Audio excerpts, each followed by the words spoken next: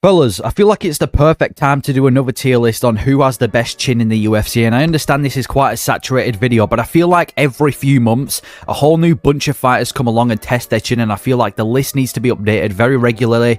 So I'm going to do it the best chin in the UFC from S tier B, and they've got one of the best, or if not the best chin in the UFC currently, and then D tier B and Y D on this list. So let me know if I've missed any notable fighters out, because it's already quite a long list as it is, so I definitely need to include a few more. Starting off with the first fighter on the list, Nate Diaz. Now, Nate Diaz for me, I'm going to put him in B tier. Now, I know a lot of people are going to put him higher on this list, and does he deserve to be on this list? He does. This guy has taken so many hits in his career. He's taken so many hits, he's taken so many big shots, and he's super durable. But I've noticed something about Diaz, is I feel like he's good at masking shots, and he does kind of tend to give up mid-fight. And I'm not saying he gives up in the sense that he's not durable or anything like that, but you'll see a lot of the time when he gets hurt or when he gets too tired, he'll just decide to not engage. He'll walk off, he'll just, his hands will be down, he'll walk off, or sometimes he'll even pull guard. And I'm not saying that's a bad thing. I'm not saying pulling guard is a bad thing, but when it comes to testing his chin, I do feel like he's got, and I know I'm going to get a lot of hate for this, I do feel like his chin is slightly overrated. He's taken some big shots in his UFC career. He deserves to be on this list, and I think B tier is is the rightful spot. He's definitely got one of the better chins in the UFC, but I don't think it's in an S tier and A tier, because he's not going out there and fighting like even in the Ferguson fight, and Ferguson, that was a washed Ferguson as well. Even in the Ferguson fight, he decided not to engage in the fight. I'm not saying that's because Ferguson was absolutely destroying his chin or anything, but I feel like Diaz, the fact that he tends to not engage sometimes, and he kind of walks away from his opponent or pulls guard, I'm going to have to put him in B tier for this one. I'm going to have to put it, and I think he masks, I genuinely do think Diaz gets wobbled sometimes, and he's just really good at masking it. So I'm going to put Nate Diaz in B tier. Definitely got a great chin, but I do feel like people talk about him as if he's got like an S tier chin, and I just don't agree with that. Next fighter, Max Holloway. Now we're starting off hot with an S tier. S tier for Max Holloway. I think Max Holloway has the best chin in the UFC. I really do. If you look at the resume of Max Holloway, you will realize how good this guy's chin is. This guy's fought Volkanovski 3 times, Dustin Poirier twice, Calvin Kattar, Arnold Allen, Korean Zombie, Jose Aldo, and that's only a couple to name. He's fought so many other fighters as well. He has fought killers in one of the most competitive divisions in the UFC, in the featherweight division, and he's still never been dropped, arguably never been wobbled. I know people will argue that he got wobbled in the Poirier fight, but he's arguably never been wobbled. This guy, I don't know what this guy's got in his chin, but he's insane, and he's about to fight Justin Gaethje as well. And if he can somehow fight Justin Gaethje and not get wobbled, some people have said Gaethje's going to be the guy to crack the chin, but we're going to see, because Holloway's chin is insane. The amount of killers this guy's fought, it's like you've put this guy against every fighter that should have broke his chin, and he just hasn't. Even an up-and-coming prime McGregor, which I didn't even mention, back when McGregor was at featherweight, when he was fighting Holloway, and he was starching everyone, and Holloway was one of the only people he couldn't starch.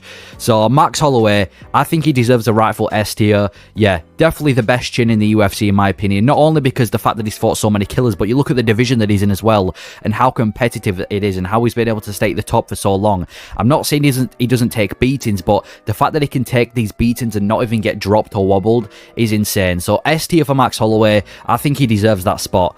Next fighter, Bruno Silva. Yeah, Bruno Silva, he's definitely got a good chin. I would put Bruno Silva, I'm going to put him in B tier with Nate Diaz. I feel like as good as his chin is, I need to see more from Bruno Silva before I start putting him in like the A tiers and the S tiers. He's got a really good chin. In fact, he fought Alex Pereira when Alex Pereira was, climbing the UFC, and he was able to survive Pereira. Even though he was getting pieced up on the feet, he was able to survive. I don't know how he was able to survive Sharputi Magomedov. I know that was a 3-rounder, but he fought Sharputi Magomedov not too long ago at UFC 294, I think it was. And he was getting destroyed on the feet, and I mean destroyed, and he was still able to hang in there. But I just need to see more from Bruno Silva. He's taken big shots in his career and he's been able to survive. He kind of reminds me of, I don't know, he just reminds me of that fight. Whenever there's a new up-and-coming prospect, feed Bruno Silva to them, and everyone expects Bruno Silva to get finished, but then he always ends up surviving, and that kind of putting up a fight. So I'll put him in B tier. He's got a good chin, but I need to see more from this guy. It's not like he's fighting killers on I know he's fought Pereira and Sharputin, but it's not like he's fighting killer after killer after killer at the highest level and the highest ranking. So I'll put him in B tier for now. I need to see more.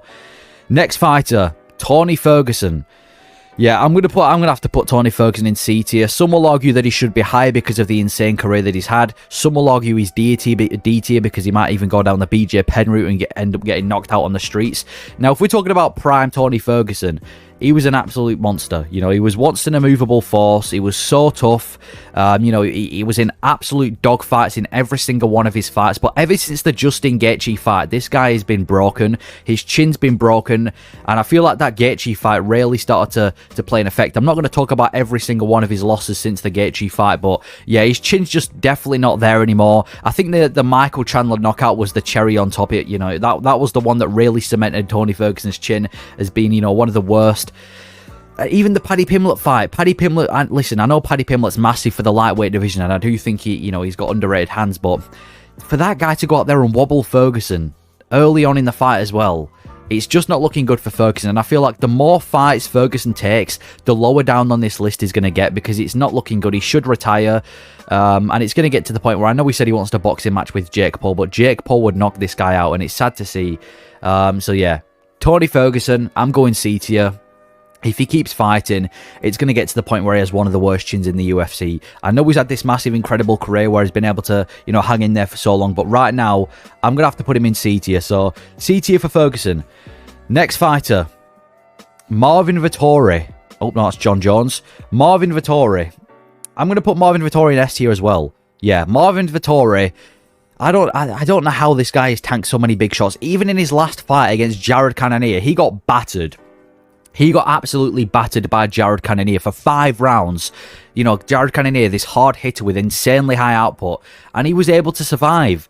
Didn't get dropped, didn't get finished. He was able to survive Jared Cannonier. A couple other to mention as well. The insane head kicks from an overweight Paulo Costa. The big shots from Adesanya.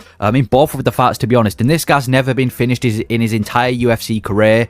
I don't know how he does it. The Whittaker fight as well, he was getting pieced up by Robert Whittaker. Took a big head kick after the 1-2 head kick that Whittaker does. Still went forward, still survives. Isn't like he gets rocked and wobbled and nearly finished either. This guy, he just keeps coming forward. He's definitely got one of the best chins in the UFC. And yeah, you've got to respect Marvin Vettori. One of the best chins in the UFC. Might not be the best fighter. Might not be champion material. But one thing's for sure, and you can bet that this guy's not going to get dropped or knocked out in his UFC career. So I'm going Marvin Vettori for S tier. Definitely one of the better chins in the UFC, in my opinion. Then we've got Robert Whittaker, who we were just talking about. Now, Robert Whittaker, I'll put Whittaker in C tier. Now, people might be arguing that I've put him a little bit too low. I understand he took the big shot from Paulo Costa and he was able to survive.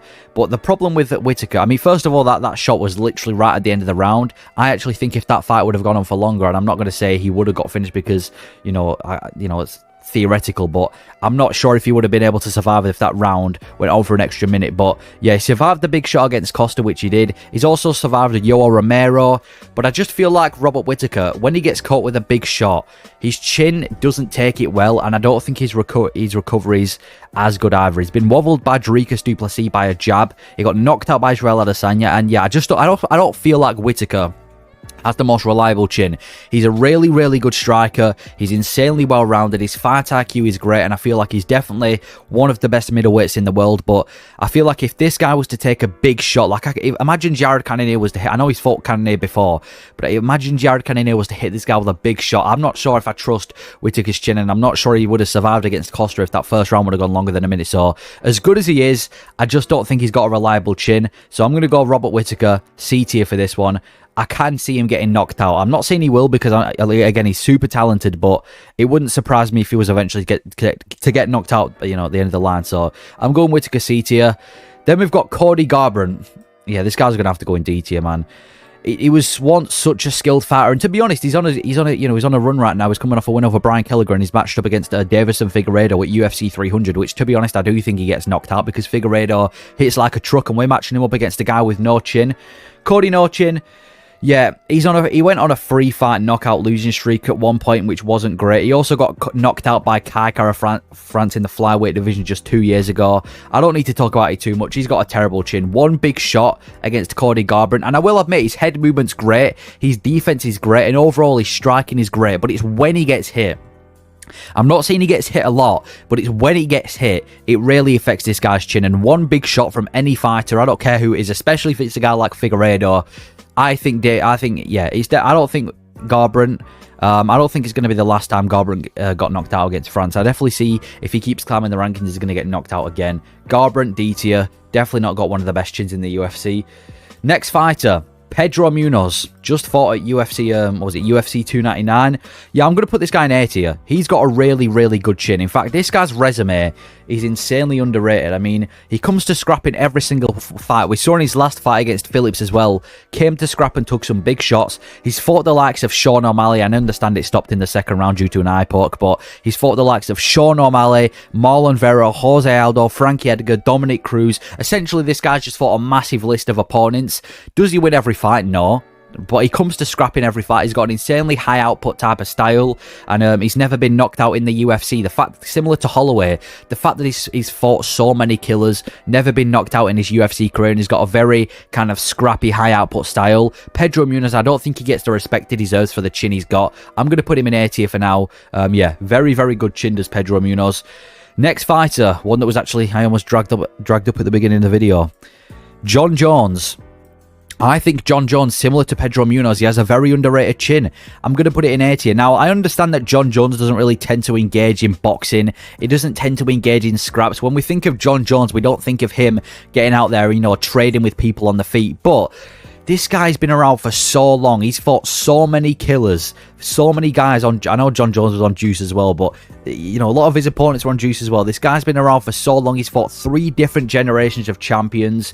I understand he doesn't like to engage with boxing, but he's never been dropped. He's never been finished in his entire UFC career. And I know you're gonna talk about the fact that he was on steroids and he doesn't really have a boxing, you know, engaging type of style like a guy like Pedro Munhoz does. But the fact that he's fought so many killers, even when he was young, in his 20s, and he was fighting all these killers as well, you've got to respect Jon Jones for that, and you've definitely got to respect his chin. If he did have one of those styles that were heavy, you know, boxing, you know, scrappy type of styles, I'd probably put him in S tier. But just because his style is a little bit more slower pace, laid back, I'm going to put Jon Jones in A tier for now. Absolute killer, but yeah, his chin, he's never been rocked, he's never been dropped, he's never been wobbled, and he's never been finished, so you can't doubt the guy's chin. I'm going to put him in A tier. Next fighter, Dricus du Plessis. Yeah, I'm going to put Dricus in B tier. There's going to be people that argue that he should be lower because it looks like he's going life and death in every fight. And to be honest, I think that makes it more impressive. I think the fact that Dricus du Plessis always has terrible stamina, he's going life and death in every fight, I think it makes it more impressive that he's able to not only survive, but win most of his fights. It looks like one big shot is all it takes to, you know, put Dricus out of there, but he still somehow survives. He's got some of the most heart in the middleweight division, and he's always able to, you know, grit down and get that win, no matter who he's against. So you've got to respect Dricus for that. Does he end up getting... Does it look like he could get wobbled by literally a leg kick? Yes, but I've got to respect Dricus du Plessis. He's always looking out of breath. He's always looking like he's got nothing left in the tank. And usually when fighters have nothing left in the tank, that, you know, indicates that they're probably going to get put out by a big shot. But Dricus du Plessis just defies that. He always goes out there, scraps with people, 100% output, extremely high pace. And he's always able to survive without getting finished. So for Dricus, I'm going to put him in B tier for now. Very, very good chin. I'm not going to say it's in A tier or S tier because he, you know, I like I said, I do think all it takes was like a leg kick to wobble this guy. But yeah, able to survive, hasn't been finished, and he's able to win. So I've got to respect him. I've got to respect Dricus du Plessis. I'll put him in B tier. Then we've got Marlon Vera. I'm going to have to put him in S tier for now. I think he should be in S tier for that knee he survived against Sean O'Malley alone. That knee that Sean O'Malley gave to Marlon Vera, that would have put most people out. That would have put 99% of bantamweights out. How he not only survived that knee, but was then able to survive the rest of that fight when he was getting absolutely battered. Similar to Marvin Vettori versus Jared Cannonier. He took an absolute beating in that fight. He took an absolute beating, and he was able to survive. He was able to, you know, keep going without getting finished. And I think that, you know, that just shows how tough Marlon Vera is and how good his chin is. So for Marlon Vera, I'm going to have to, yeah, I think he deserves that. I think Marlon Vera 100%. He's in S tier for now. Never been finished in his UFC career. Never even been dropped in his UFC career. He's fought a lot of notable opponents, and he's just able to survive. Might not be the most consistent, but one thing's for sure.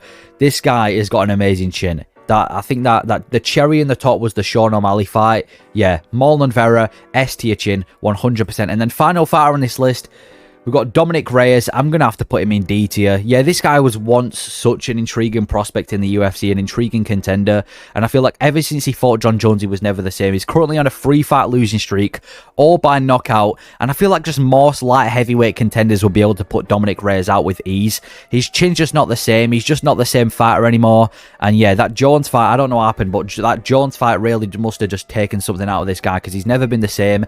His chin's never been in the same. And most light heavyweights would probably put this guy out. So Dominic Reyes was once a really intriguing prospect. Now he's known for being the guy with a terrible chin in the light heavyweight division. So I'm going to have to put him in S tier. But that is my list of the best and the worst chins currently in the UFC. Like I said at the beginning, let me know if I've missed any fighters that should have been included in this video. But yeah, let me know your overall thoughts on the list, and thank you for watching.